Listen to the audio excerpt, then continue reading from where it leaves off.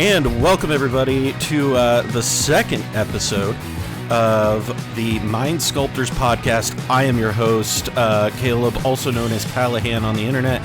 And I have got a great guest today. This is my local LGS owner. He's a good friend of mine. Dan Schmidt is joining me on the podcast today. How are you doing today, Dan? I'm doing great. Thanks for having me. Yeah, no problem. Thanks for being available and coming on. And, Dan's honestly one of my favorite people here in the Lincoln community. He does a lot for the Magic community here. Some of it's thankless, but, that's kind of the role, right? Yeah, it is. I mean, that's a lot of the stuff that owners and of game stores do is kind of behind the scenes. So if they don't know that I'm doing all that stuff, I think it's working, actually, isn't it? Hey, fair enough. But yeah, I love working with Dan. So I wanted to have you on for a couple of reasons. One, first of all, I mean, even just normally, and I preach this all day long, is the LGS is super important for the game of Magic and for the community. Now we have a pandemic that adds this whole new layer on top of it. So I guess my first question to you is good grief, how are you guys doing? Well, so our store, it's a pretty diverse store. So right. I'm a little bit different than a lot of local game stores, and we're diverse in that. So we carry a huge selection of all the normal traditional game store stuff like Magic and Pokemon and Warhammer and board games and stuff. We also carry toys and radio control stuff. So we're pretty, we just are fortunate that we have other things to kind of fall back on. In terms of the gaming category, sales are down right. in a lot of areas. But then there's certain areas where things are way, way up. Oh, really? Generally speaking, all of the competitive style of products from Magic specifically, right? Those sales really have cratered. So what's an example of that? So singles or things like that? Singles, sealed product, and I mean it's the entire competitive stuff from standard, modern, pioneer, right. legacy, vintage. And it's pretty straightforward. There's no F&M. Yeah, there's no F&M, there's no Grand Prix, there's no Magic Fests, anything of that nature to drive competitive play. So there's no demand from a customer base. Right. That's just kind of a reality. But what we have seen locally, and it's happening nationwide too, Magic is kind of reverting back a little bit to the kitchen table days. Right. Where you have a group of friends that you play Magic with, and Commander is kind of the de facto format that people have gravitated towards in I love pandemic. Commander. Yeah, well, and Commander is one of those formats that people always, everybody has a Commander deck. Right. But when you're in a situation where you can only have a small group of friends that you gather with, mm-hmm. Commander naturally fits kind of the bill for that. So Commander has been very good, and Commander slanted products have been disproportionately more popular. Oh, sure. Where conversely, a regular standard set that isn't necessarily geared towards Commander sales have been pretty soft. Mm-hmm. Okay. So I'm assuming then that, especially with the Commander Legends stuff that's getting previewed, you would expect that to do fairly well, I would assume. Yeah. So Double Masters was great because it was really a Commander Masters set right. without coming out and saying it. There's a lot of reprints from Commander stuff that was specifically for that customer. And Commander Legends is now another set that is specifically designed for that customer. Right. So yes, I anticipate that it will do great. Our pre-sales are going well. We're just now in spoiler season, so we haven't really hit the threshold of where I'm done evaluating it. Right. So we're right in the thick of things, but things are going good so far. Because that doesn't come out till November 20th, right? Yeah, and pre-release is November 13th. Okay. Yeah, and they pushed it back because of the pandemic, and I think that they didn't have enough product printed and ready to ship, so they didn't want it to be maybe like a jumpstart sort of situation. Oh my so goodness. They wanted to be able to fulfill the demand for customers and not have as much disappointment.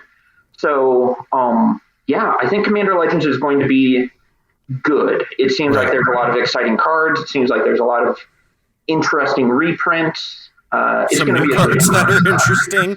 Yeah.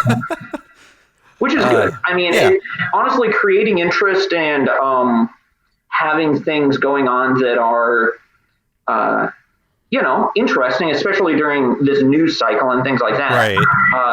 That just means that they're doing something right. Right. And I'm curious. So I have a couple questions with you about that. So, like, you mentioned Jumpstart. So, like, from your end of the spectrum, so it's like, explain that whole thing to me, because I mean, for me, I saw Jumpstart come out and I was like, oh, this looks cool. And I never bought any, didn't really look into it, because I was like, I'll just buy the singles. And then I looked at the price of the singles. I was like, holy crap. Like a meal, the Blessed, is like $50. So, like, what exactly is that issue for those who might not know? Well, I mean, it's a simple supply and demand issue.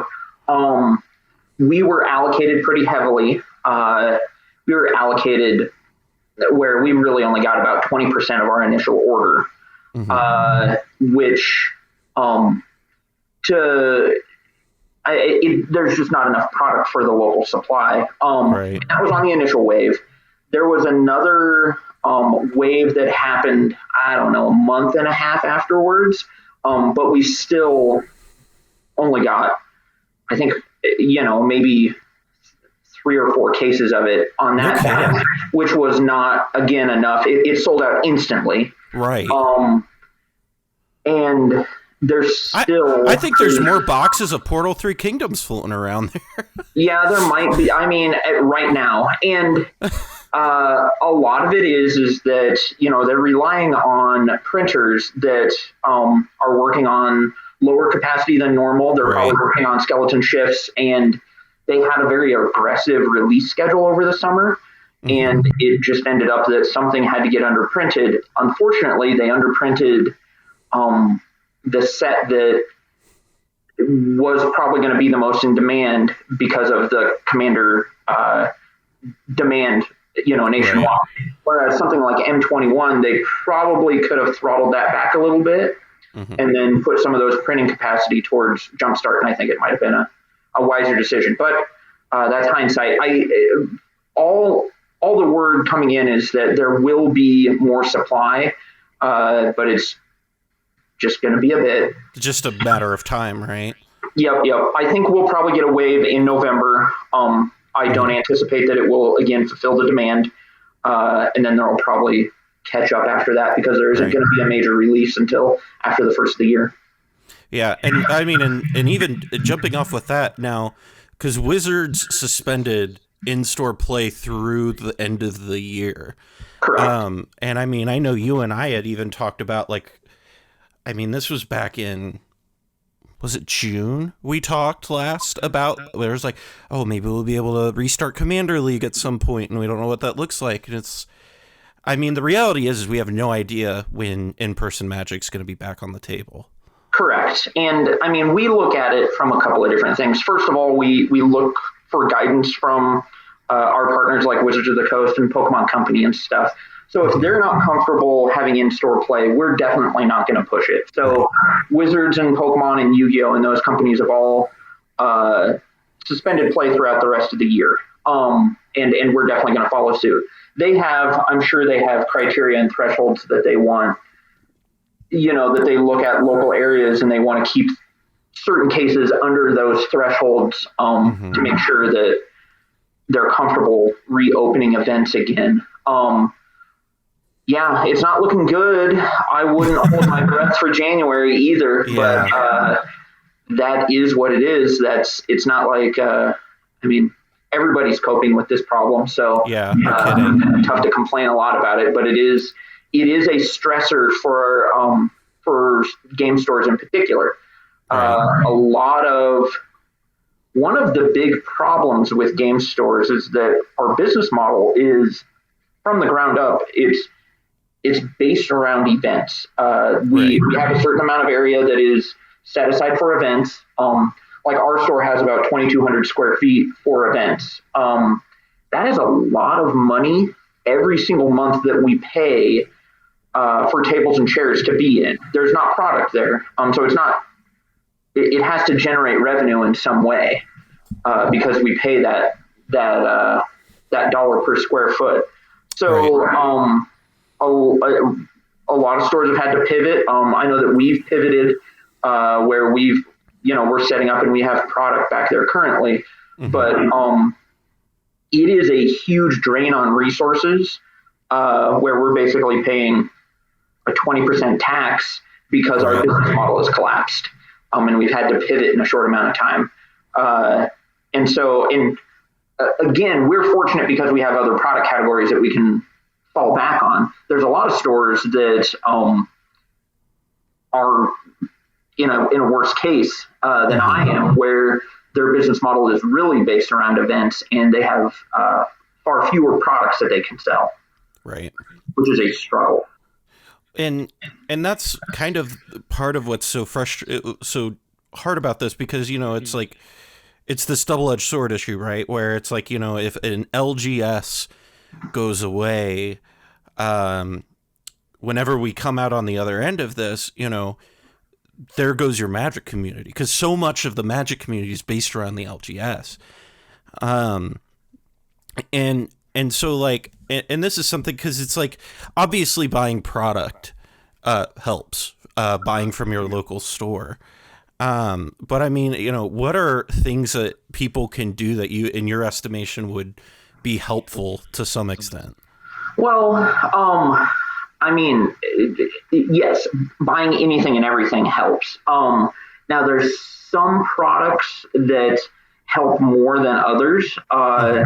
Generally speaking, most LGSs are going to be set up where singles are going to be probably their most profitable single item that they sell from a margin standpoint. Um, so being a patron as far as singles is helpful to local stores. Sealed product, there's a much more narrow margin because there's a lot of competition online and things of that nature. And so you have to be at a reasonable price, which Right. makes it difficult to make as much money. So singles are good. Things like supplies, whether you're talking about maybe a new Ultimate Guard binder or deck boxes and sleeves, things of that nature, are higher margin, which are good. Board games, in a lot of ways, are good. So that's another thing that maybe if Magic might be becoming stale, board games Mm-hmm. are good also. Yeah, those are probably the top things. Supplies, singles, and it's not so much like begging for that sale from the customer, Right. but in a lot of ways, that customer, even if you're very price conscientious and you really care about price first, usually your LGS is going to be very close on single prices. They're going to be very close, if not the same, on supplies. And that's something that you can do while also continuing to maintain your budget, which is Right. important because as an LGS owner, I want you to continue to be in the hobby and not stretch yourself thin. So Right. I totally understand it, and that's why things like that totally makes sense, and it all works for everybody. And I think that you can be a customer and be happy and not feel like you're bending over backwards and doing me a favor. But meanwhile, we appreciate it as Right. and we understand what you're doing. Well, and from my perspective, I mean, for me, I like having a place to play, um, personally, and so in Lincoln, I think is a really good example. It's like if you guys go away, any in-store play kind of just evaporates with you. And I mean, and to give you context for that, I mean, Lincoln's population is like over 200,000, right? Like we are not in a small town. And that's even more relevant in smaller towns where there is this huge vacuum, because obviously places in like bigger cities, right, are going to have a bit more of a buffer than places in smaller places. Sure. Well, so here's my perspective on it. You are exactly correct. The LGS is the gathering place for the gamers. So Right. your friends, a lot of your friends you've probably met over the years through Magic. Well, and I mean, Magic hobbyist. and not to cut you off, but I mean, like, I think to your point, I mean, I moved to Lincoln from Ohio. I knew nobody. I moved here because my fiance is going to school here, so I didn't have any outlets to meet anybody. The way all of my friends here are people I've met at your store. You know what I mean? Yeah. And that's my to your point. And so and you are the same as a lot of other customers all across the nation. The hub of the community for this particular game or whatever game that you're into is the local game store. And it's even in a big city, they're spread out by zip code in a lot of ways. You in that community, if an LGS goes away, you lose 70% of those customers. They become disenfranchised in one way or another. One of their friends drops out, and so on and so forth, and that dissipates that community. Some players do filter to other stores, but not 100%. Mm-hmm. So yeah, LGSs are very important, and they are incredibly important for the health of the game. Right. From a long-term sustainability standpoint, that's a lot of the reason why Wizards has so many supporting, they have such a support apparatus for game stores, because they understand their business model is we do a lot of the legwork for making sure that people are enthusiastic about the game and they stay in the game a lot longer than they normally would. Right. So it is important, and so it is. If we were to go away, there's not really a lot of other game stores in town that would be able to accommodate the demand. Right. And so you would just lose a lot of customers, which is, that's not good. Right. And so, and it's interesting because you were talking about like the support of Wizards of the Coast, and I'm not entirely sure how much people know about how that works. Not specifically the support they give you, but I mean, like, because you're, what do they call it? A Wizards Premier store? It's WPN Premium. That's what it is. Okay. And so, like, for folks who don't know, what is the WPN? What does that mean? Just so people have some understanding of that. Sure. So, Wizards has this program called the Wizards Play Network. And really what it is it's just a formalized group of stores that they recognize as having base level accommodations for players. So to be a WPN accredited store, I don't know all the criteria, but you have to be able to run events, and you have to have a business license and all that sort of stuff. Then there's other tiers that you can get into. Premium's the highest tier, where typically they expect to have either judges on staff, or you have a much cleaner and organized place, or you have more infrastructure to support bigger tournaments, and you're going to have more things for the customer to grow more people in that. So there's different levels and scales and stuff. So that's kind of what WPN is a formalized thing, so that a customer, if they're looking for a game store, they're going to Google, and one of the places that shows up, I want to play Magic in Lincoln, Nebraska. So we would show up, but on the WPN website and on the Wizards of the Coast website, that list of stores are WPN stores. Okay. They recognize that, Hobbytown has Magic events, and then it'll say they play these formats and they're this and that, and so then hopefully a customer comes in and tries us out and gives us an opportunity to, hopefully earn their business. Right. And so that's really because I mean, even for me, like I know about WPN, I'm a judge. I do things with you guys. But there's like parts of that, that obviously even I don't always know. Not that I'm all knowing or anything.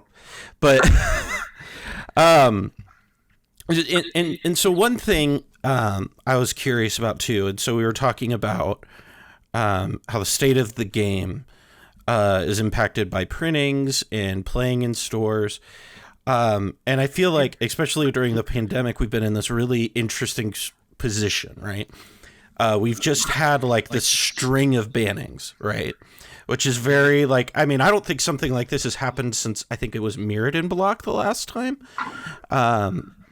Something along those lines. And so like, usually you would expect this to be like this huge hit to you guys, right? But with the game being almost entirely online, have you guys really felt that kickback at all? So that's a tough question to answer because I don't necessarily know. So there's a couple of things going on.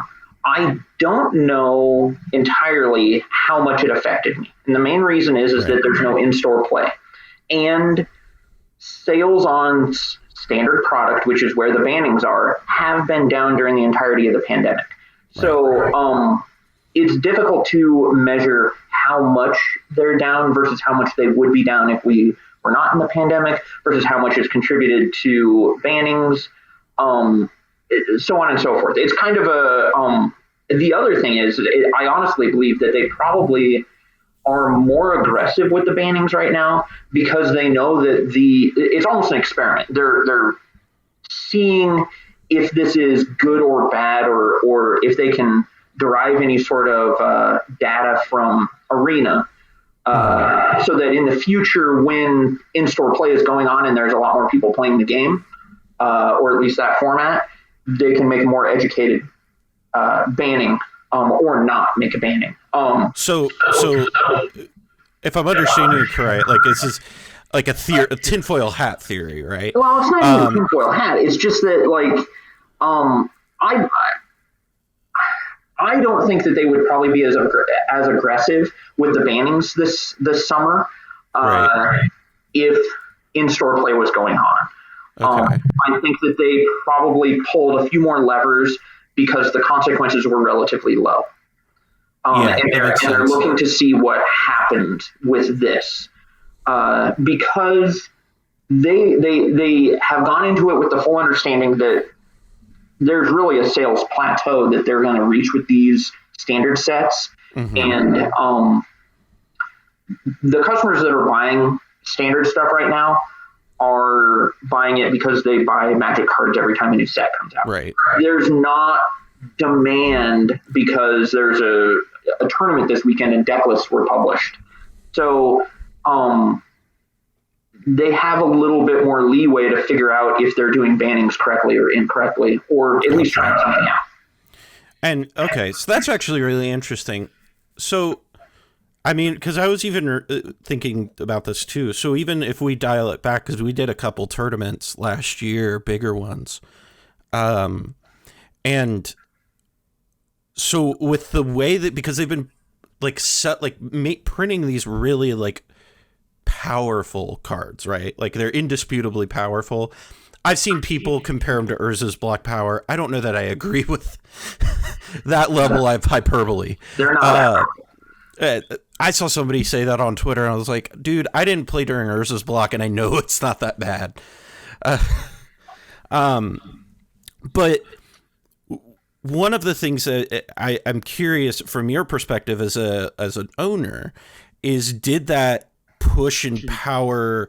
Was there an increase in sales, a decrease in sales? Like, what from your end, what did you see? Okay, so which particular thing? Sorry, Like the bannings? well, before the pandemic, so we're rewinding. The world Sure. has not gone to hell. Yeah, are you talking about like Oko? Is that what you're talking about? Yeah, like during Okay. that time period with War of the Spark, all these things are pushing the power level.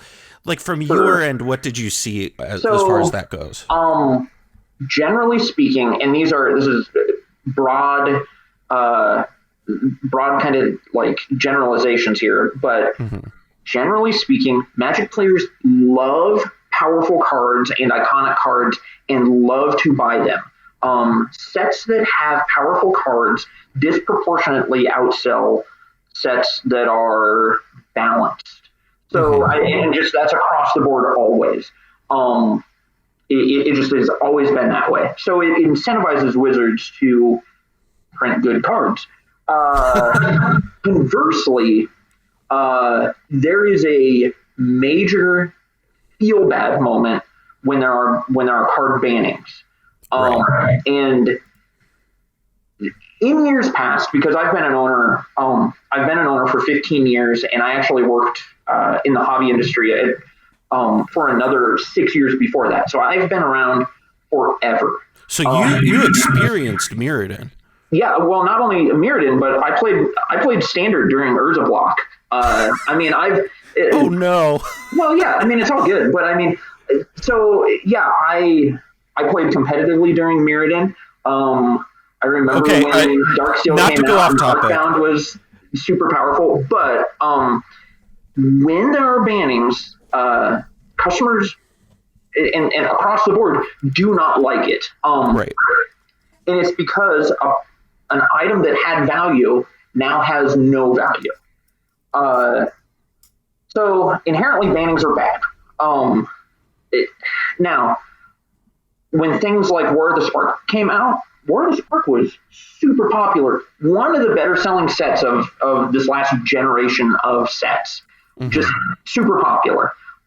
Powerful across the board. You would open up a pack and there's a good card in there. That's important to customers.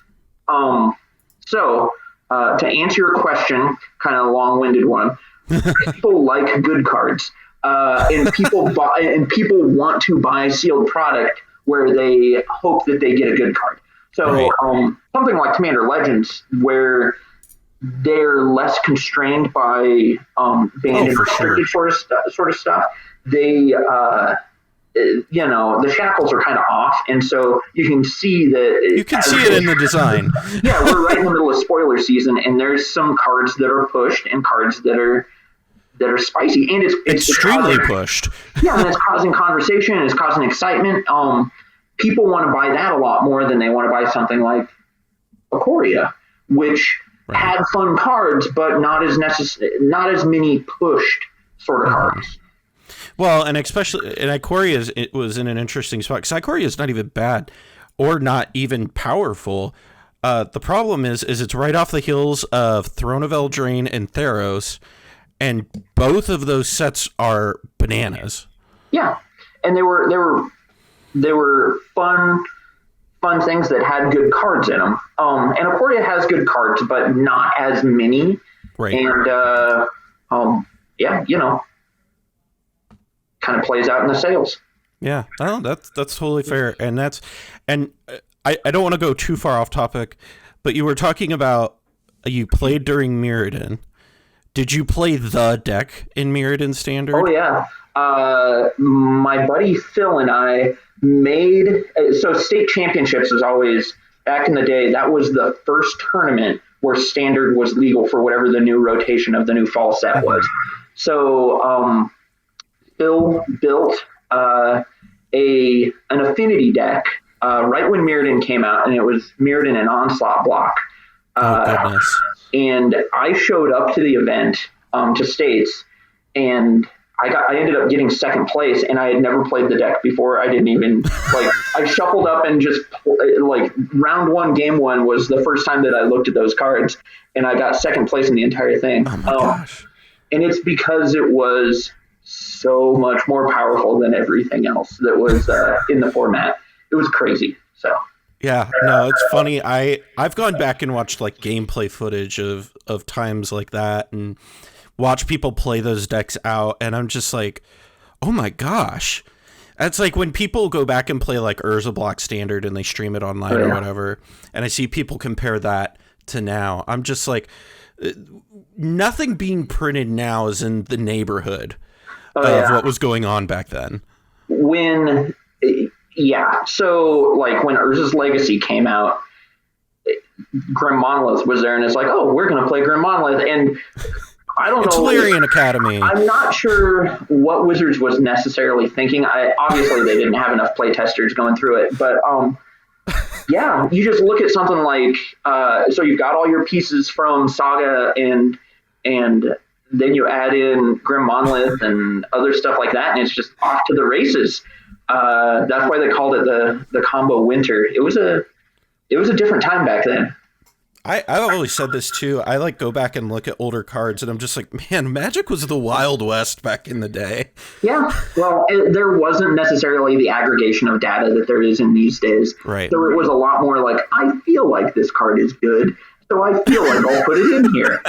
And then I win my Friday Night Magic, so I guess it's good. Whereas now there's a much smarter way of evaluating good cards versus bad cards. But it was a lot more on feeling and a lot more like, you know what, we should run this card because I feel like it will beat that deck or whatever, you know. And it was a little looser back then. So, you mentioned you've owned the store for 15 years.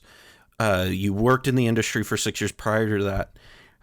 So now to pivot off of the sales side and all of that, so we're talking to Dan the Guy right now, right? Sure. So how did Dan the Guy get into owning a hobby store? Well, so when I say I worked in the industry, so I graduated high school and I moved to Lincoln. I grew up in Grand Island. I moved to Lincoln to go to school in Nebraska, and I needed a part-time job. So I got hired at Hobbytown for minimum wage and started working there. One thing led to another. I became the manager. Then I moved out to the corporate office, and I ended up doing some training for the corporation, stuff like that. And I was moved up, and my wife and I got married, and we looked at maybe buying a store. And this is back in 2005 is when we were looking. And one thing led to another, and we ended up buying the corporate store at Hobbytown in Lincoln. And that's it. That was a long time ago. Okay. Took out a big, huge loan right before the recession. Oh, great. Yeah, I was 23. My wife was 22. So we were super young. And away we went. You know. That's bananas, because I'm 20. I'm almost 27. And the idea of owning a store right now, like I can't even begin to process that thought. It was it was daunting. It was overwhelming. It was stressful. It also was the best decision we ever made. It's been a lot of fun. It took longer than I anticipated to pay off the loan. It took a lot more energy, effort, and a lot of hard work to kind of pull ourselves out of. The recession was tough because it really impacted a lot of our industry, like a lot of our categories. So that was tough to recover from. But we're out the other side. We're in a new recession. Yeah. Well, and we're in a new one. But I do have the benefit of being through a previous recession, which was pretty tough for us. And so I kind of know what to do and what not to do. I know how to order product better, and I know what's going to work for customers. We're doing just fine in this one. Good. I'm glad about that, because I honestly, and one of the things, and I've said this before, that I'm so happy of is when we moved here, my whole thing was, man, I really hope there's a good Magic community. I hope the LGS is good. Because my experience prior to that was I had like one good LGS experience, and then the rest of them were like fine. Not that they were bad, but they were, nothing special.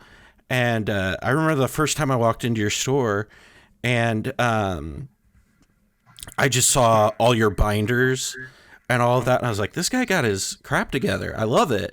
And it was so easy to find my cards that I wanted and all of that. And I'm so glad you're around. Honestly, I'm so glad. Thank you. So I've got, I know I got to let you go because you know you're super busy. You got a lot going on. But I have one question that somebody in a Discord server I'm in wanted to ask you. Is why does every LGS have a copy of Painter Servant on their top shelf? I was asked that specifically. I'm not sure. Do I? I don't even know how much it goes for right now. I know it spiked when Iona got banned. Isn't it like a $12 card? I don't know. I honestly am not sure. I don't know. People like Painter Servant. It hasn't been reprinted lately. We never have enough in stock. It's not like there's a dude that has a binder full of them that I can buy them from. You never see them in collections. So, again, it's a simple supply and demand thing. There you go. I don't know if that's the answer that they're looking for, but there's never enough of them. So it always seems like they sell out when they come in. And I got one more question for you then. And this is a little bit more personal because I've seen people do it. Because I know you used to have things by card type. Do you still do that anymore, or is it by color now? It's now by color, and it's alphabetized. It just was a little bit easier. There's so many cards that are so expensive now that it just is impossible to do it otherwise. Okay. So this doesn't pertain to you now, but before you did that, did you subscribe to the Deathrite Shaman goes with the Planeswalkers idea? Oh, no. It's a multicolored creature. Thank you. That's what my perspective on it would be. Sure, it has different activations and stuff, but I don't have to pay mana to activate my Planeswalkers. It doesn't have a proper noun in his name, so he's not a Planeswalker, or whatever. It's not a Planeswalker. Oh, love it! Awesome. Well, thanks for stopping by. I loved having you on. It was a great conversation. So, if people want to find you, I know that you're big in the community, but if people want to find you, order stuff from you, how would they be able to find you? Sure. So we have a website. It's hobbytownlincolngaming.com. Okay. That's our independent site for gaming stuff. You can also visit hobbytown.com for our non-Magic stuff like Legos and RC cars and models and Gundam and stuff like that. Yeah. We have a Facebook page, Hobbytown Lincoln, Nebraska, and we also have a Hobbytown Lincoln Gaming Facebook specific to events and things of that nature. Yeah, awesome. Well, thank you so much for coming in. It's been a pleasure. Hopefully things continue to go well for you. Absolutely. Thanks for having me. Yeah, absolutely. Thank you all for tuning in to this episode of the Mind Sculptors. It's been a pleasure, and we'll see you next time.